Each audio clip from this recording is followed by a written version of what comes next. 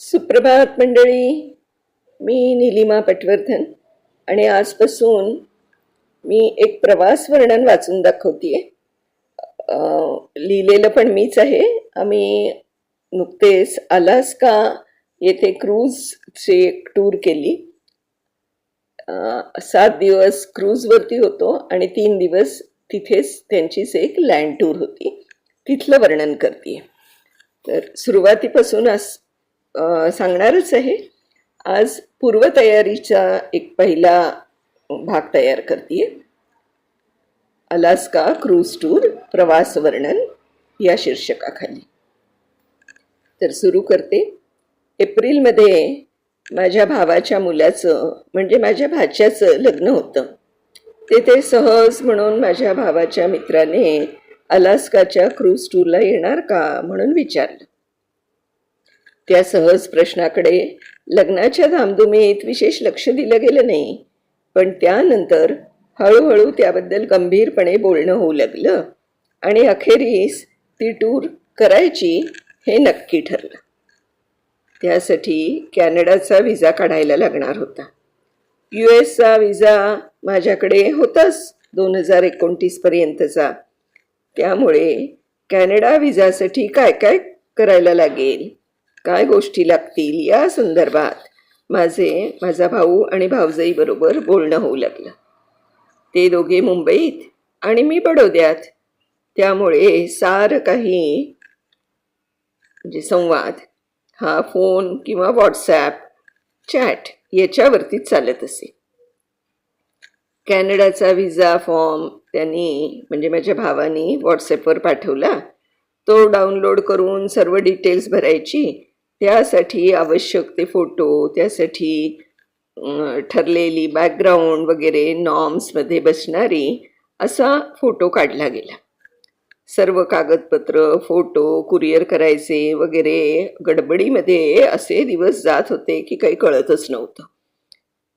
तसंच त्यासाठीची फी भरणं, मग बायोमेट्रिकसाठी अपॉइंटमेंट घेणं असे सोपस्कार झाले. बायोमेट्रिकसाठी अहमदाबाद किंवा मुंबई असे 2 ऑप्शन होते, पण मुंबईस भाऊ भाऊजाईच्या बरोबरच हे काम करावं असं ठरलं. कारण अहमदाबादला पण माझ्या कोणी ओळखीचं नात्याचं नसल्याने मुंबईस जाणं योग्य असं वाटलं. म्हणून 14 मेला मुंबईला गेले. 16 मेला भाऊ आणि बहिणीला बायोमेट्रिकसाठी अपॉइंटमेंट मिळाली, पण मला मात्र 19 मेची अपॉइंटमेंट देण्यात आली.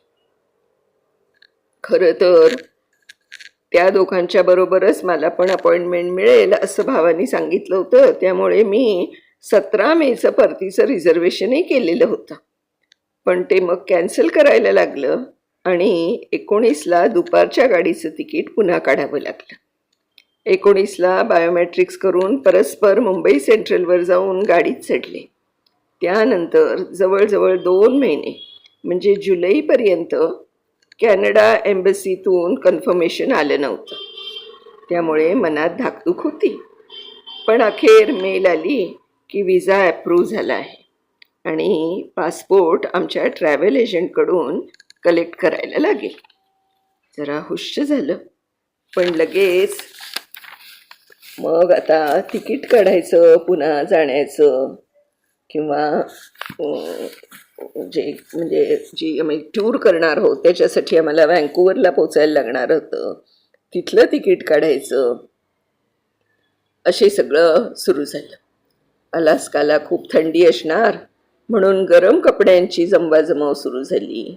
तसेच क्रूजवर तर भरपूर व्हेजिटेरियन पदार्थ मिळतील असं समजलं होतं, पण त्यानंतर 3 दिवस आमची लँड टूर होती. तेथे काही मिळणार नाही म्हणून त्यासाठी पण रेडी टू ईट फूडची पॅकेट्स आणि ready to drink tea coffee packets असं घेण्याचं ठरलं. त्याचप्रमाणे मग हॉटेल्स बुक करायची, कारण व्हँकुव्हरला तर आम्हाला हॉटेल बुक करायला लागणार. ते पण करावं, एक मोठं कामच होतं. त्याच्यासाठी हॉटेल शोधणं अशी सगळी कामं सुरू झाली आमची. आम्हा 8 जणांचा व्हॉट्सॲप ग्रुप बनवला. म्हणजे मी माझा भाऊ बहिणी, माझ्या भावाचे एक मित्र श्री मराठे आणि सौ मराठे, त्यांच्या एक विहीणबाई होत्या लीना पालकर म्हणून, त्या ज्या माझ्या रूममेट असणार होत्या, आणि आणखीन श्री वसऊ जोग, असे आम्ही 8 जणांचा ग्रुप बनवला. एकमेकांना असलेल्या शंका किंवा दुसऱ्यांचे आलेले किंवा आम्हाला काही समजलेले अनुभव शेअर करत गेलो. विमान तिकीटं, क्रूजचा खर्च, याशिवाय अतिरिक्त खर्च किती येईल, तो कसा करायचा, याच्या चर्चा होत असत. म्हणता म्हणता ऑगस्ट उजाडला. 29 ऑगस्टला आमचा विमान प्रवास मुंबईहून सुरू होणार होता. पण 27 ऑगस्टला गणेश चतुर्थी आणि माझ्या मोठ्या भाच्याकडे गणपती असतात. तर ती भाची सून मला नेहमी म्हणायची, गणपतीला या म्हणून. मग यावेळेस मी या संधीचा फायदा घेत तिला मी येत असल्याचं कळवलं आणि 26 तारखेचं सकाळचं वंदे भारत ट्रेनचं तिकीट बुक केलं.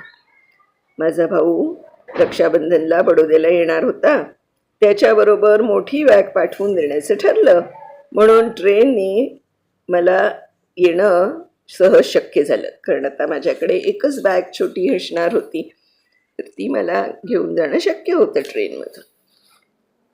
तारीख 26ला हरताळका होती. घर बंद करायचं म्हणजे किती कटकटी असतात.